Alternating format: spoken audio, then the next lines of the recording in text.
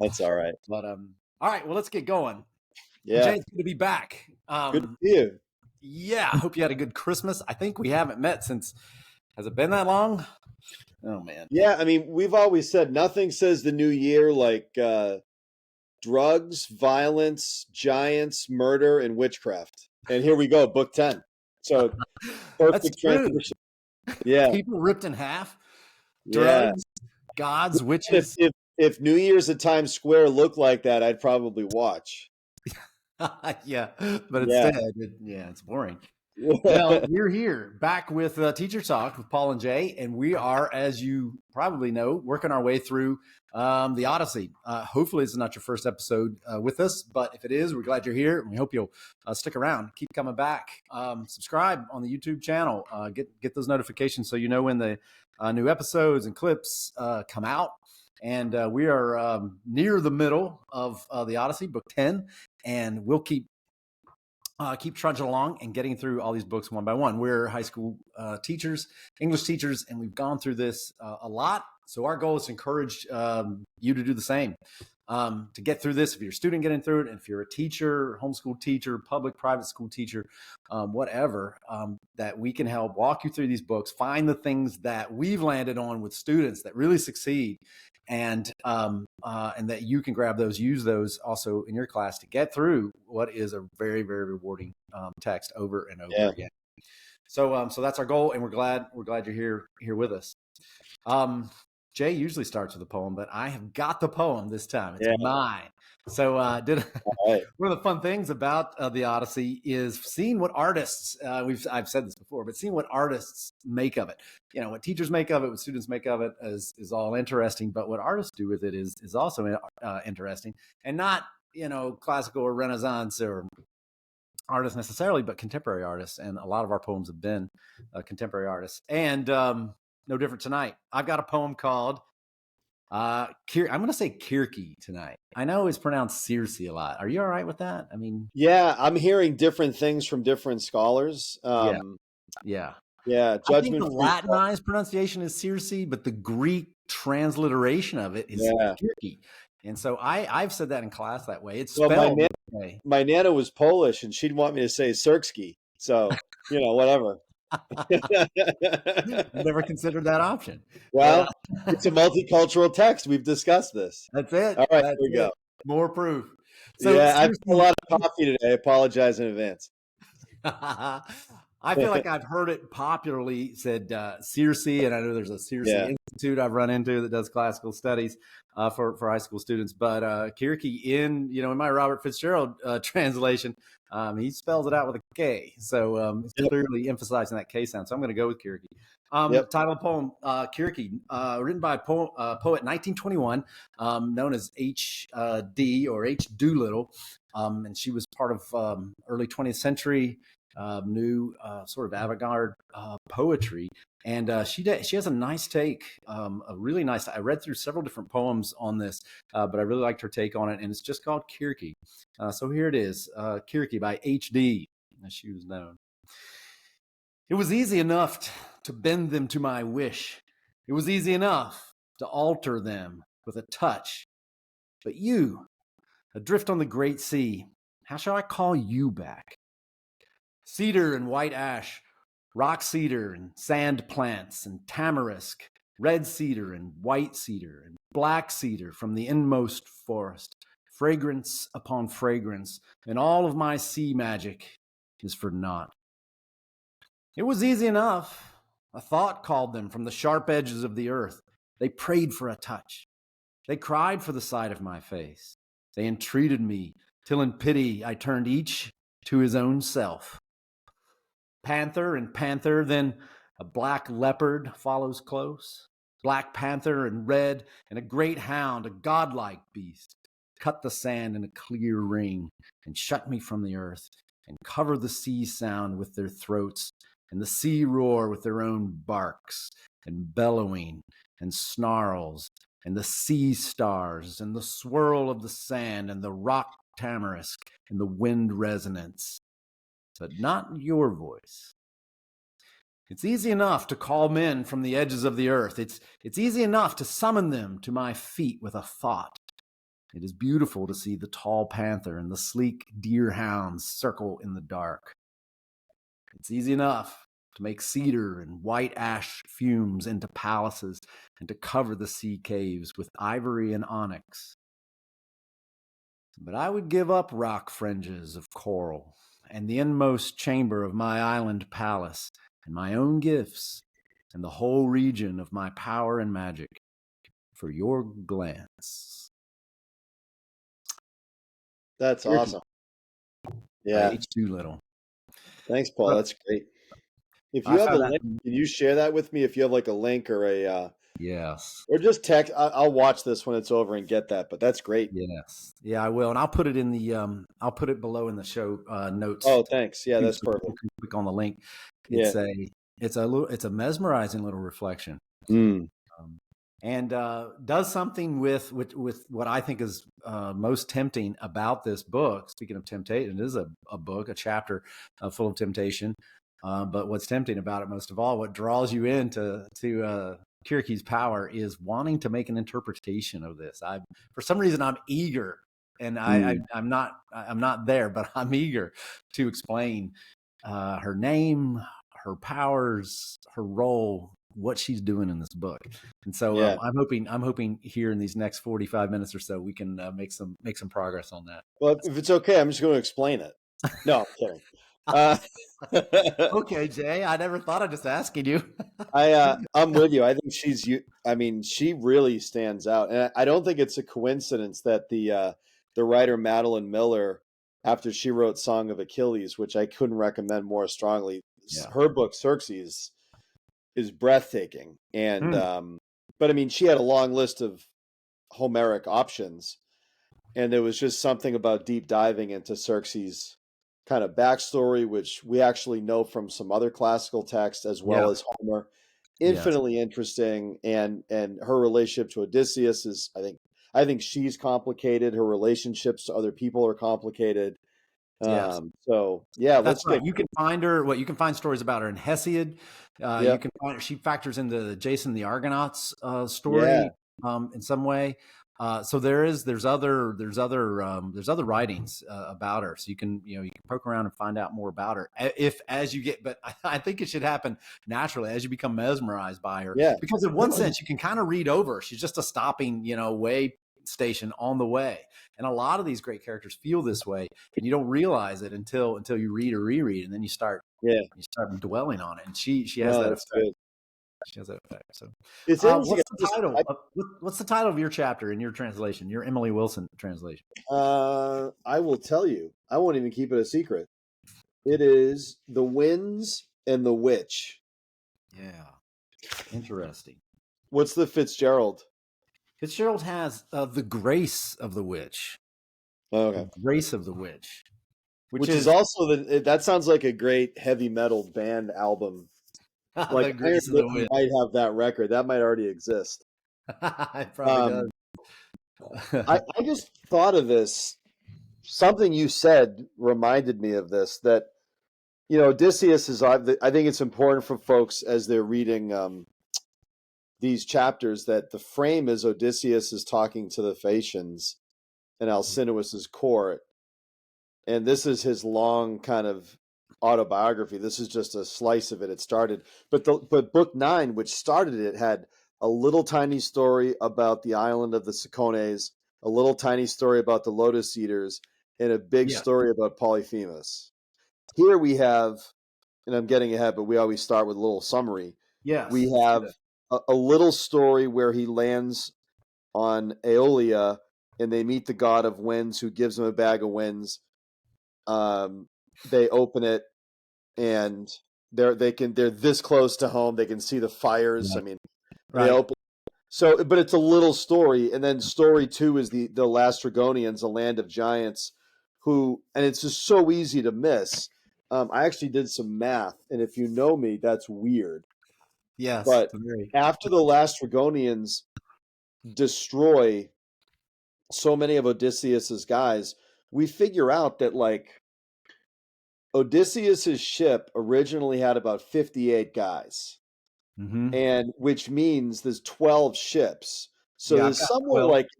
there's like 700-ish guys. And as of right now, as book 10 sort of we finished with the last Dragonians, there's only 45 guys left. Odysseus' ship had 58. 6 guys were killed by the Cicones when they raped and pillaged and almost didn't make it out. Right. 6 were killed by Polyphemus, and 1 was killed by the last Dragonians. And then all the other ships in the harbor, like, anyway, they're lost, aren't they? they're Those lost. ships are just destroyed. Yeah, I marked that in my book too. I had on page 149 of the story, heaven gave us game aplenty for every one of the 12 ships in my squadron. So you don't get a lot of mathematical facts, but that, Right.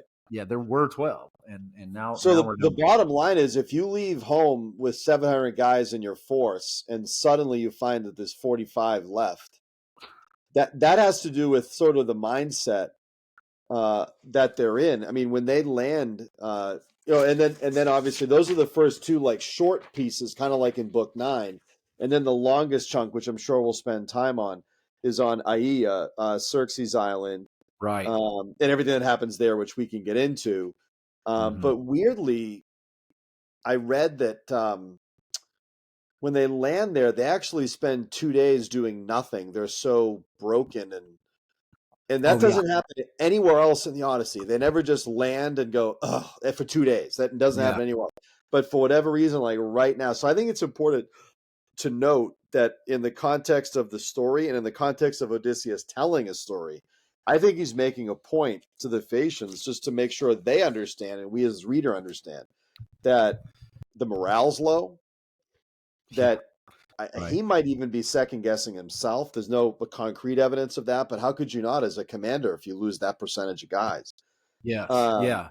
And what they've suffered in the past islands is all extreme violence, just extreme violence and loss and death. And as you're saying, this massive number of their company gone. But the Lystrigonians are horrible antiphates who comes out to drink their blood, seizes one man and rips them in half. This kind of just traumatic experience. It's not even like warfare that you at least understand. This is just, you're running into monsters. Yeah. Yeah. So I don't know. Do we want to summarize a little bit of the Aia business, or? Yeah, let's do that. So let's pick it up there. I think you kind of summarized. We're on the. I mean, you could count stops on the way back home. This would be what is this? The 5th stop. If you that's one way of sort of tracking it. There's 3 stops in book 9, right? Cicones, Lotus Eaters, the Cyclops Island, and here there's the Aeolia. There's the Land of the Giants and Aia. So there's a really nice like parallel structure. I mean, each chapter is very similar in structure. And part of me wonders, like, I like thinking about that not only as Homer being a really good poet, but as Odysseus being a good oral storyteller in real time. Yes. Yeah. Right. That is a nice way of putting it too. So this would be after Iolus. So they get the bag of wind. I think we can move on from that. Then they end up here on Kirke's island, and that is that's then the 6th stop, I guess. Yeah. Yep. Right. Yeah. So do you want to pick it up there and give us a little?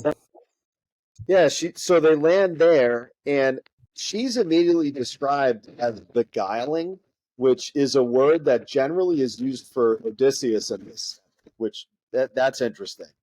So as we know, she turns a lot of Odysseus's guys into swine and puts them in a pigsty.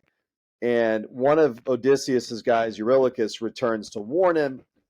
Hermes, and I want to get to this later, is the god that brings Odysseus to prevent he gives Odysseus this magical sort of antidote, this mole, to eat, so he's not affected by the potion. Circe remembers a prophecy about Odysseus's. She changes the men back into human form. Odysseus and her have some, very like honest conversations. He makes her promise to never do that again. They have sex. They stay with her for a year. And Circe ends up being utterly essential to the rest of Odysseus's mission because she not only tells him how to get to Hades, which no one has ever done that's been alive, but that they Right. have to ask for the prophet Tiresias's help about what to do next. Mm-hmm. And so his capacity to like Google Maps his way home and have like a formula for what to do when they get home is all because Circe instructs them how to get to Hades and have those conversations. So there's a lot of like fascinating, what looks to be peripheral stuff. Setting is really interesting, the feelings and sounds and sights. And I think the poem you read actually does a really good job illustrating that. That the Yeah. very end of your poem that you read is built on the litany of amazingly beautiful, fertile, fecund images. Mm-hmm. And all at the end, like, and I'd give it up all for you, is really potent because all that's built up. And then the end of the chapter, which is so weird, but I want to talk about it later, is one of Odysseus's guys dies extremely unheroically. And I make this, I'll get to it, but I love making a particular joke with my students every year about this, so I'll get to that. But there's a lot. This chapter, in a way, it's 3 stops, but it's really all over the place. And really, any of these things, I mean, we could spend 40 minutes on the God of Winds business and why is Odysseus insisting on steering and what, there's all kinds of stuff going on here. So the stuff Yes. Paul talk about, like he said earlier, is what we're noticing. Yeah. And there's talk about passages we think are obviously important, passages we think are subtle but important. But I mean, by all means, share with us things that you think are essential that we might have missed. Yeah, absolutely. Put them down in the comments. That would be fantastic, and especially if there are things you've had success with that we didn't mention, or questions about other things that we did dig into. Um, yeah. So they come to the island. They're really frightened. They're scared. They cast lots even to figure out who's going to stay with the ship and who's going to go explore and find out if there's, I don't know what, fresh food, water, or more, wild monster. And they're all really fearful of doing this. And some of them, as you said, some of them get caught by Circe. They make it into her. They make it into her manor, house, palace, whatever it is, and she seduces them in there and turns them into swine. Uh, and apparently, there's a lot of other animals around there. Apparently, these are other men she's turned into swine. It was, as the poet says, the poem I've read earlier. It was easy enough to attract men, seduce men, and turn them into these animals. Um, Jay, I'm getting some feedback on your end there. Um, is there something covering your microphone, or There was before. Is it better now?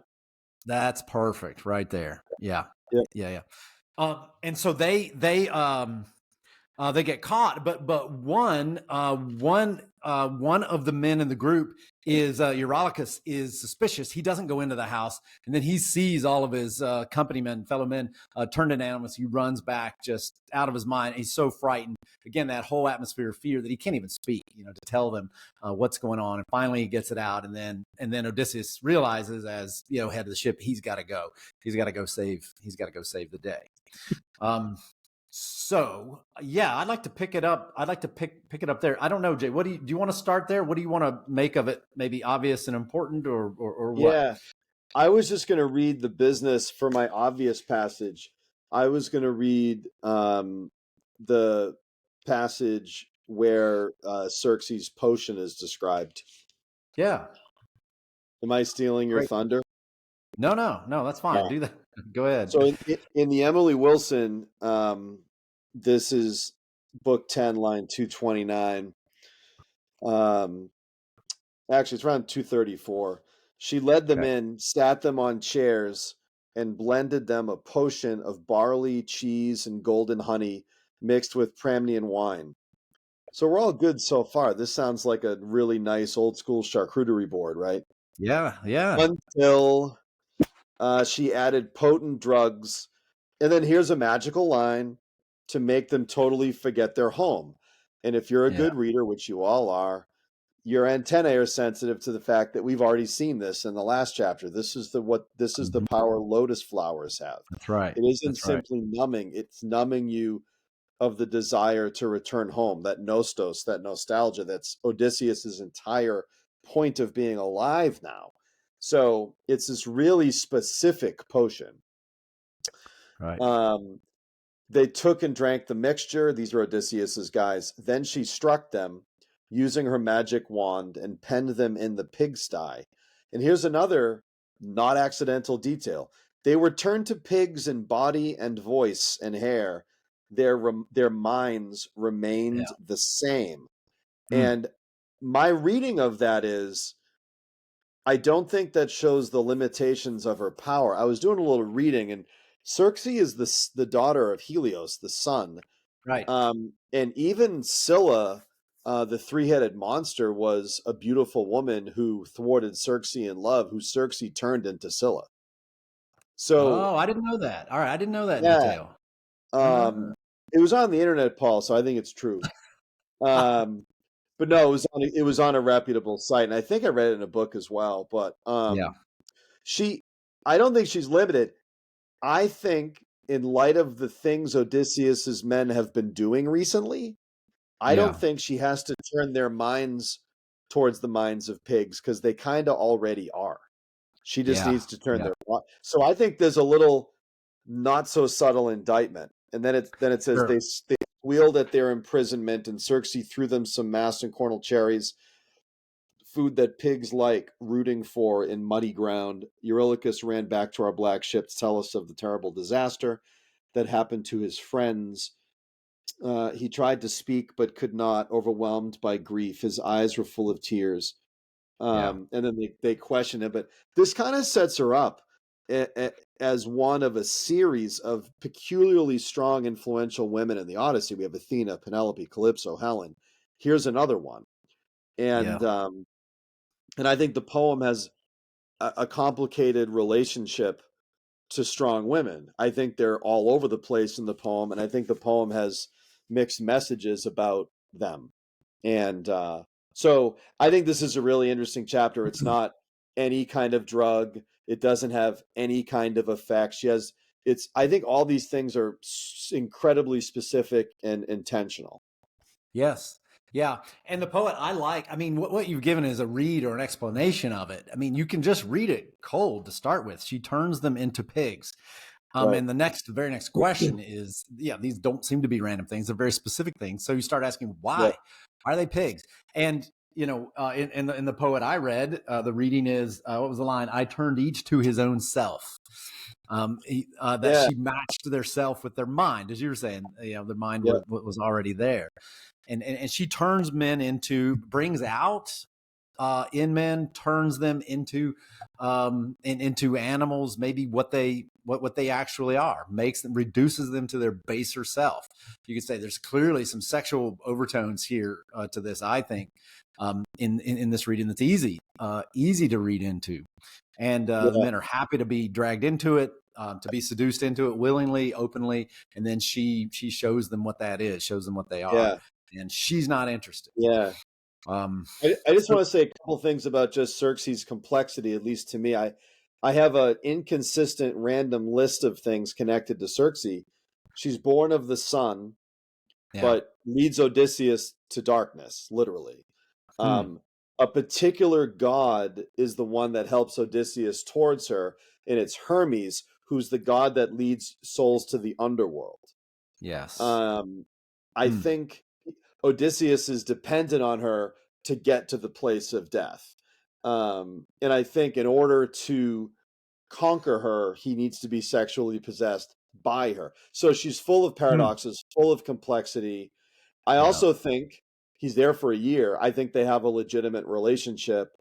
And she ends up giving them the keys basically to getting home. Without her, he's still, you yeah, know, having right. baklava somewhere off Athens somewhere. Yeah, he gets seduced. I Yeah. mean, he eats the lotus flower, as it were. Here it's his men. There's a line where his men shake him, say, "Captain, get yourself together. We're going to be here forever. Do you Yeah. realize how long we've been here?" You get the sense he doesn't know. He's just indulging. That Yeah. thing he said, he wasn't, that he's going to say later that he doesn't want to do. In Calypso's island, he longs, he longs for home. He doesn't seem to be there yet. He gives in. He gives into this thing. Yeah. And is seduced, succumbs. But they, yeah, but they make, she seduces him. He willingly participates after locking in promises from her, after using this drug that Hermes gives him, which I'm not sure, I don't understand that exactly, to protect him from her, from being turned into an animal. It's an interesting element of it. She seems, which the only reading I can make of it, and this is kind of playing off the poem again, is that he defeats her actually in the end. He does overcome her. And because he's not turned into an animal, and because he escapes, and because he gets what he needs from her, such that as H. Doolittle writes it, it seems that she loves him, or that she wants him. Yeah. And I did do a little poking around myself, and there are some stories that say that they had kids, that she had 2 sons. Have you read that? It's not in the Odyssey. I read that they had, there's a bunch of other texts that suggest that, and there was like a marriage to Telemachus, and with a daughter, and I didn't read that one. Well, that one of their sons killed Odysseus. That was one of the stories, I think. Yeah, this is like those Star Wars writers, they take the stories and just write novels and spin them out. So it might not be canonical, but there's people have dug into this and taken this far. Yep. Yeah, well, that's a good obvious place to go in this thing. You don't want to miss that, this drug thing, the power of Circe in the hall, and her effects on Odysseus. Yeah. What's your obvious one? Well, for me, the other obvious, really grand thing in this chapter, and this is, and there are several, but the other one for me is this whole thing of going to the underworld. This was maybe one of my first big mysteries in the book for me. It's also a scene described of just black pagan ritual darkness. If you want to know how to open up the pits of hell, really. Yeah. Circe tells you how to do it. There's a formula in graphic detail. So it's interesting in that in Circe, as this complex, powerful figure, she's not merely a seductress who turns men into animals. That's done a ton. By women and men do this to each other all the time. She's more than that. Also, she tells Odysseus how to go home, but in more than one way, in extremely subtle ways. One, there is sort of the Google Maps thing. She's going to tell him later, like when you get to the fork in the road, take a left and then turn where the old barn burned down. Those kinds of instructions, she's going to give him. But that's not the first instruction she gives him. That's not the first instruction she gives here in this chapter. And this is the first thing that stumped me, is that she says you won't be able to find your way home unless you go talk to Tiresias, the blind prophet, in the underworld. Spoiler alert, he makes it to the underworld, makes it back again. As you said, Jay, no one had done that. No one had gone to the land of the dead. And that's its own topic to talk about in literature, in epic literature, the characters that go to the underworld and come back, and in mythology, and why. It's a whole thing to explore. But when he gets there and talks to Tiresias does not tell him how to go home, right? So he does all of this. I guess what we're talking about is facing death. If that's the symbolic meaning of this, is that for him to return back home, he's got to face death in a way he hadn't already in the war. I don't know. It has to mean something like that. But when he gets there, Tiresias doesn't give him those directions. But he does tell him stuff that he needs to know in order to be able to, I guess, to be at spiritual peace, to quell the anger of the gods, and to be able to be at home and live at home in peace. So I guess what I'm saying in summary is Circe, and this is my, the obvious passage. It's near the end of the chapter. It's where she describes slashing the black ew's throat and an old black ram facing the gloom of Erebus. Turn your head away toward ocean. You shall see now the souls of the buried dead and shadowy hosts. And you must call out to your companions to flay those sheep The bronze knife has cut down for offerings, burnt flesh to those below, to sovereign capital D, death, and pale Persephone. Meanwhile, draw swords from hip, crouch down, ward off the surging phantoms from the bloody pit until you know the presence of Tiresias. The dead want blood. They want the blood of life. They want to be alive again. That's what they want most of all. They don't want to be dead. But somehow your sword is able to scare them off, and you call for Tiresias and only let him drink the blood so that he can be vivified again to speak to you. And then he's going to tell Odysseus how to appease Poseidon. How to get home. So Circe gives him directions home on at least two levels. One, sort of the how to sail home, right? What to pass by, how to get past the sirens. But then also she helps him find out in a deeper spiritual sense how to be at peace at home or something like that. I don't know if you read it that way, Jay, but something like that. Yeah. It begs the question too, and I wasn't going to talk about this, but something you said. It'd be an interesting conversation when we're done with the poem to ask, Yeah. of all the mortal characters that female goddesses interact with, why would people like Calypso and Circe be particularly attracted to this guy? Because they are. Yeah. And I think you and I could riff right now as to why. Obviously, his intelligence has something to do with it. So we might think they have a particular sense of the eternity of things and what matters.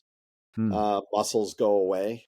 Yeah. But I don't know. I think there's a lot going on. I also think the Greek gods are a fickle group. Yeah. And they're sort of like extremely powerful teenagers. And kind of, I don't know. I think there's just, it's interesting. Even, and she's not a goddess, but even Alcinous's daughter, it just seems like wherever he goes, he's completely desired. Yeah, yeah, and And it doesn't seem cheesy, it doesn't seem cheap. no, Like it's believable. And it seems to me to be something to do with making him that is pointing out what's outstanding about him, and it's not just his stature or his full beard or flowing locks of hair, but he's a careful human who maybe reminds these people of the better gods or something, because yep, he's extremely cautious and well, and then I want to say on the other hand, he's extremely human. He's somehow deeply spiritually human, and yeah. I don't know if that's what's attractive them, but it's a good question. Yeah, I don't have Of an answer that's clear in my head now. I'm going to think about No, it. I don't either. But it's true, and it is good to point that out with Kirky, that she is a powerful, as you pointed out, she is a powerful witch. If you read side stories about her, she is a powerful witch, um, and she's great, and she's just plowed through countless men, but stumbles on Odysseus when he comes across her, and I think she's a good contrast to this other great. I think the greatest female character in the book is Penelope. Yeah. And she's this sleeper, sort of character. You don't, is just in the background entirely until she's not, and then she's unbelievably powerful. And she shows herself to be more powerful than Circe. And Penelope's not a witch, and she doesn't have magic. But she breaks. I think she's the only one who defeats Odysseus in the entire book, and we'll get to that chapter, and we can decide whether we agree with that. But I think she is, and so it's sort of interesting that this setup is setting up to show us as a parallel character, to show us Odysseus and his strength and his attractiveness, but then also as a parallel character for later. When you think about her in contrast to Penelope, the ordinary, the mortal, who's just going to grow old and die, as Calypso, who's actually great, as well. Yeah. So I would go there. I think that obvious and crucial scene is for me is this coming to this point of him leading him to the land of the dead. It's so compelling and so mysterious. It makes you want to. And this is something you could send your students on. Do a study on this. How do you get to the land of the dead, or who goes to the land of the dead, or what does it mean to go to the land of the dead and come back? Questions like that. Those are all great little writing assignments with Google research, Sure. potentials in them, Sure. In terms of my subtle passage, so I have to mention my friend Elpenor. So this is line 550. It's like the last page of book 10. And my ultimate question about Elpenor is what's he doing? You don't need him there. What's he doing there? But you might need him there. So Okay. Odysseus is telling, right, the Phaeacians this story, and he says, they did as I'd said, but even then I could not lead my men away unharmed. And I want to say, like, dude, that's the last thing you ever do. They're always harmed. You know, the Yeah. youngest one, interesting detail, the youngest soldier left, Elpenor. And by the way, you got to think, Elpenor is, if they left with 700 guys, is 58 left. I'm not a math guy, but he's survived a lot. Yeah. It says, not very brave in war, not very smart, was lying high up in the home of Circe, apart from his companions, seeking coolness since he was drunk. He heard the noise and bustle, the movements of his friends, and jumped up quickly, forgetting to climb down the lofty ladder. He fell down, crashing headlong from the roof, and broke his neck right at the spine. His spirit went down to Hades. So I always say to my students, anybody that tells you that literature has nothing practical to teach you, you're wrong, because here you learn if you're drunk, don't fall asleep on a roof. I mean, that's a very concrete lesson that Homer teaches us. But I was thinking of what this was doing there, and I thought of a few things because it's so weird. And I was like encouraging my students, if you're tempted to skim over something or think, that's dumb, that you don't need that there. Yeah. Or Yeah. I've been noticing lately really great writers say enough information, and then they say one more thing. Like Shakespeare's the best at this, but Homer doesn't technically need this, but it's there. So it makes me wonder, well, what is it doing? Is it just an adornment? Did he have a friend named Elpenor that he's honoring? Well, it's not much honoring. So Yeah. I think No. part of this is the ancients believed that you needed a surrogate to guide you to Hades. So if Yeah. Odysseus is about to go to Hades, okay, but Odysseus doesn't even know Elpenor is dead really until later. So I don't think that holds water.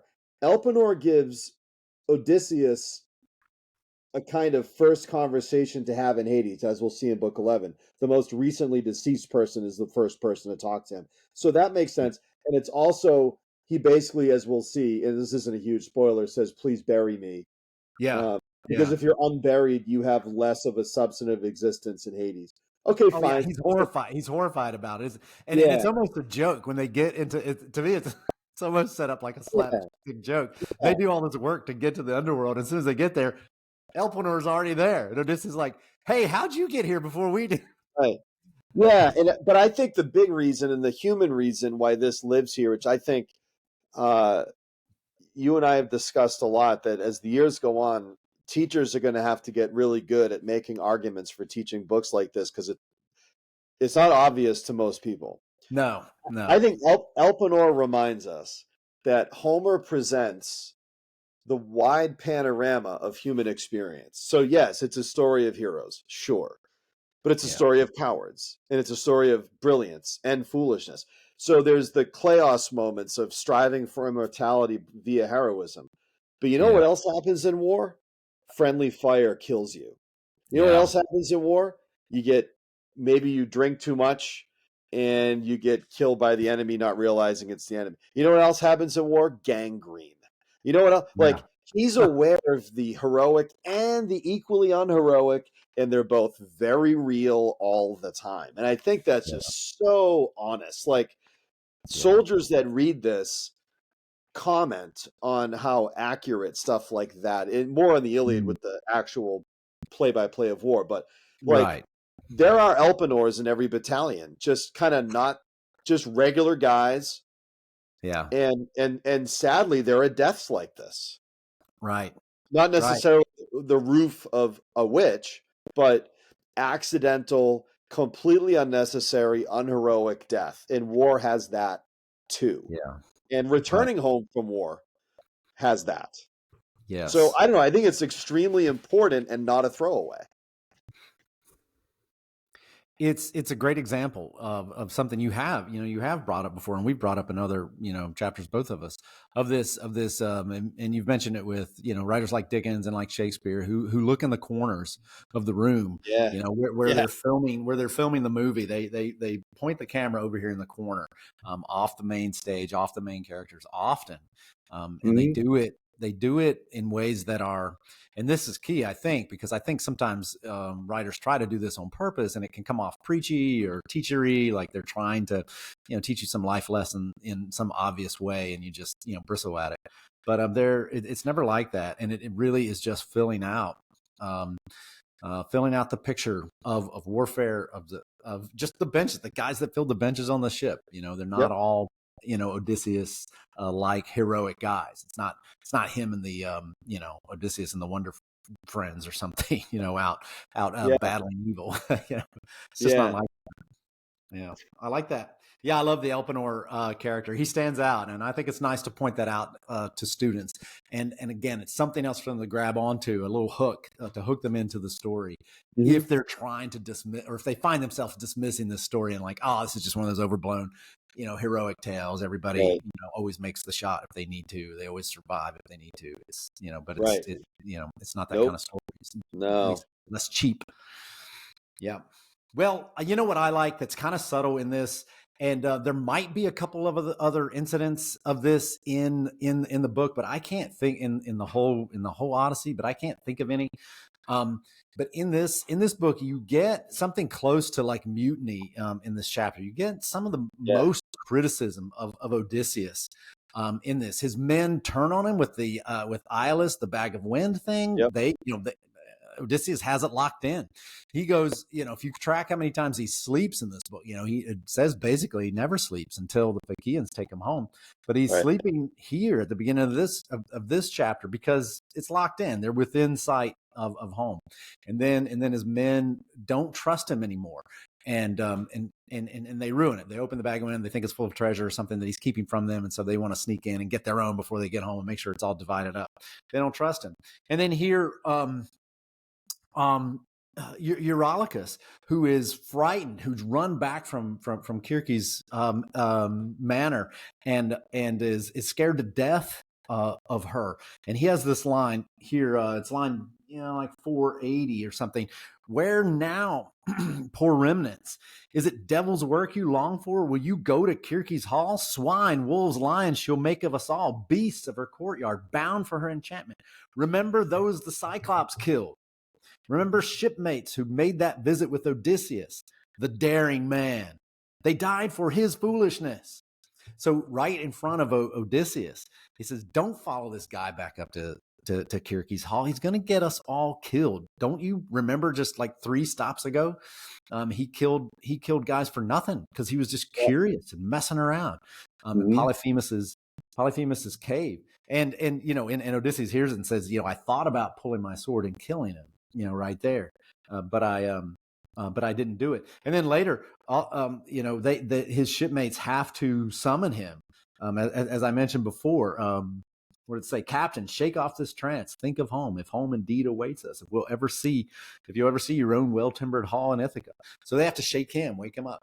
So Odysseus appears weak in the sense that he doesn't have, his men are not 100%, with him in this chapter. And I think that's a part of that whole atmosphere of fear and of suffering and loss and death that pervades the mood, of this chapter, which you opened up, describing, Jay.